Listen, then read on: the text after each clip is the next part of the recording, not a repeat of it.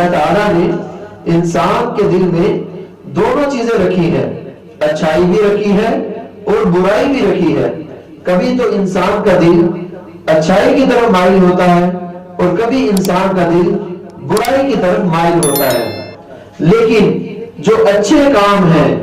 وہ اللہ اور اس کے رسول صلی اللہ علیہ وسلم کے پسندیدہ کام ہیں، اور جو برے کام ہیں وہ اللہ اور اس کے رسول صلی اللہ علیہ وسلم کے ناپسندیدہ کام ہیں۔ اچھے کام کرنے پر اللہ کی خوشنودی ملتی ہے، برے کام کرنے پر اللہ کی ناراضگی ہوتی ہے۔ اچھے کام کرنے پر حضور نبی رحمت صلی اللہ علیہ وسلم سے محبت، عقیدت، مودت بڑھتی ہے، جبکہ برے کام کرنے سے نبی رحمت صلی اللہ علیہ وسلم سے دوری نصیب ہوتی ہے۔ تو ہمیں اچھے کاموں میں بڑھ چڑھ کر حصہ لینا چاہیے اور برے کاموں سے بچنا چاہیے، اور اللہ تعالیٰ سے ہر وقت توفیق مانگتے رہنا چاہیے کہ اے اللہ ہمیں نیکی کی توفیق عطا فرما اور گناہوں سے بچنے کی توفیق عطا فرما، کیونکہ انسان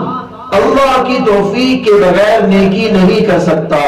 اگر انسان کو نیکی کر رہا ہے تو وہ صرف اللہ کی توفیق کے ساتھ ہے، اور کوئی بھی انسان گناہوں سے نہیں بچ سکتا اللہ کی توفیق کے بغیر۔ اگر کوئی انسان گناہوں سے بچ رہا ہے تو وہ اللہ کی توفیق کے ساتھ ہے۔ اللہ سے ہر حال میں نیکی مانگنی ہے کہ اے اللہ ہمیں نیکی سے محبت عطا فرما، گناہوں سے نفرت عطا فرما، اور نیکی کا شوق ہمارے دلوں میں پیدا فرما، اور گناہوں کی نفرت وہ ہمارے دلوں میں پیدا فرما۔ اچھائی کرنے سے انسان دنیا میں بھی اچھا بنتا ہے، آخرت میں بھی اچھا بنے گا، اور برائی کرنے سے انسان دنیا میں بھی برا بنتا ہے اور آخرت میں بھی برا بنے گا۔ اب یہ اچھائی کیا چیز ہے؟ حضور نبی رحمت صلی اللہ علیہ وسلم نے ارشاد فرمایا، جس شخص نے اچھا راستہ اختیار کیا پھر لوگوں نے اس کی پیروی کی تو اس شخص کو اچھے کام کرنے پر بھی اجر ملے گا، اور جن لوگوں نے اچھے کام میں اس کی پیروی کی ہے ان کو بھی اجر ملے گا، اور ان تمام کا اجر اس کو بھی ملے گا جس نے اس اچھے کام کا آغاز کیا ہے، جس نے اچھے کام کی بنیاد ڈالی ہے۔ اور اسی طرح برائی کا معاملہ ہے کہ جس شخص نے برائی کی بنیاد ڈالی پھر لوگوں نے اس کی اتباع کی، لوگ بھی برے بن گئے، تو یہ جو شخص برائی کی بنیاد ڈالنے والا ہے اس کو تو گناہ ملے گا ہی ملے گا، لیکن اس کی وجہ سے جو لوگ گناہوں میں مبتلا ہوئے ہیں ان کا گناہ بھی اس کے نامہ اعمال میں ڈال دیا جائے گا۔ تو ہمیشہ اچھے کام میں بڑھ چڑھ کر حصہ لینا چاہیے تاکہ نیکی وہ نامہ اعمال میں لکھی جائے اور برائی وہ نامہ اعمال میں نہ آنے پائے۔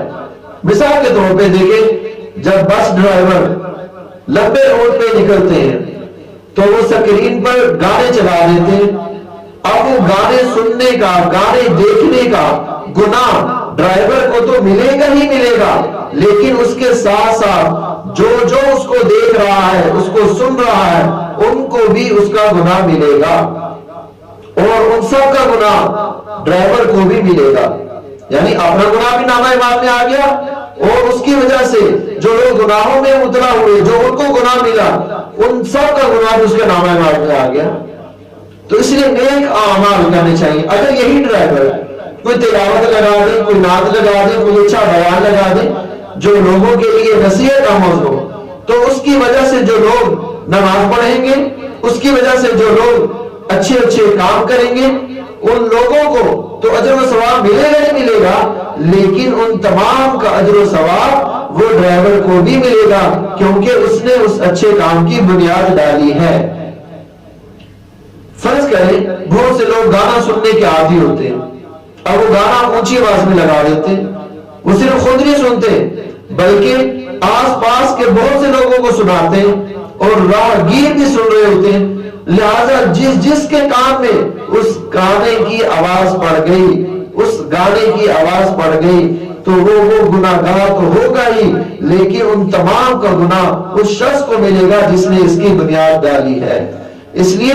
اچھے اعمال کرنے چاہیے تاکہ وہ اعمال ہمیں قبر میں کام دے، تاکہ وہ اعمال ہمیں حشر میں کام دے، تاکہ وہ اعمال ہمیں صراط پہ کام دے، تاکہ وہ اعمال ہمیں جنت میں لے جانے کا ذریعہ بن جائے، اور برے کاموں سے بچنا چاہیے۔ ایک شخص وہ عطر فروش ہے، خوشبو بیچنے والا ہے، اور دوسرا شخص وہ بھٹی پھونکنے والا ہے، آگ کی جو بھٹی ہوتی ہے وہ جلانے والا ہے۔ ان دونوں کے پاس بیٹھنے والے جو افراد ہیں ان میں فرق ہوگا، اور ان دونوں اشخاص میں فرق ہوگا۔ جو عطر فروش ہے وہ عطر تو بیچے گا، جو اس کے پاس جائے گا وہ اسے خریدے گا، اگر خریدے گا نہیں کم از کم یہ ہے کہ اس کو اس کی خوشبو تو آئے گی۔ اور جو بھٹی پھونکنے والے کے پاس جا رہا ہے وہ اگرچہ کوئی چیز اس سے نہ خریدے لیکن اس کی تپش تو اس کو پہنچے گی۔ ہو سکتا ہے کہ اس کی تپش سے اس کے کپڑے بھی جل جائیں، ہو سکتا ہے اس کی آگ سے اتنا نقصان ہو جائے کہ جسم بھی جل کے راکھ ہو جائے۔ ایک ہے جسمانی طور پہ نقصان ہونا، یہ ہے جسمانی طور پہ نقصان ہونا، ایک ہے روحانی طور پہ نقصان ہونا۔ تو ہمیں جسمانی طور پر بھی نقصان سے بچنا ہے اور روحانی طور